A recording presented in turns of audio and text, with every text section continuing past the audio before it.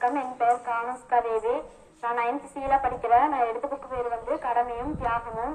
அது எழுதினவங்க வந்து ஏசோதி. அதில் எனக்கு பிடிச்ச டாபிக் வந்து கடமைக்கே பாராட்டு. ஒரு ஊர்ல வந்து பேரரசர் இருக்காங்க.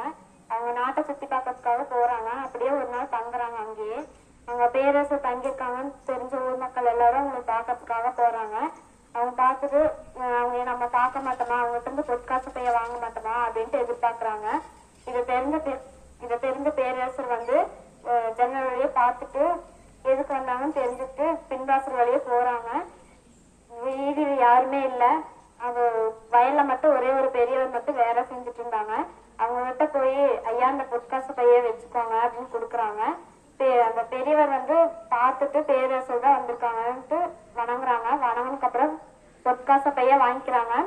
வாங்கினதுக்கு அப்புறம் பேரரசர் வந்து சொல்றாங்க, எல்லாரும் அவங்க சுயநலத்துக்கு வேண்டி என்னை பார்த்தா பொற்காசு பைய கொடுப்ப அப்படின்ட்டு வர்றாங்க.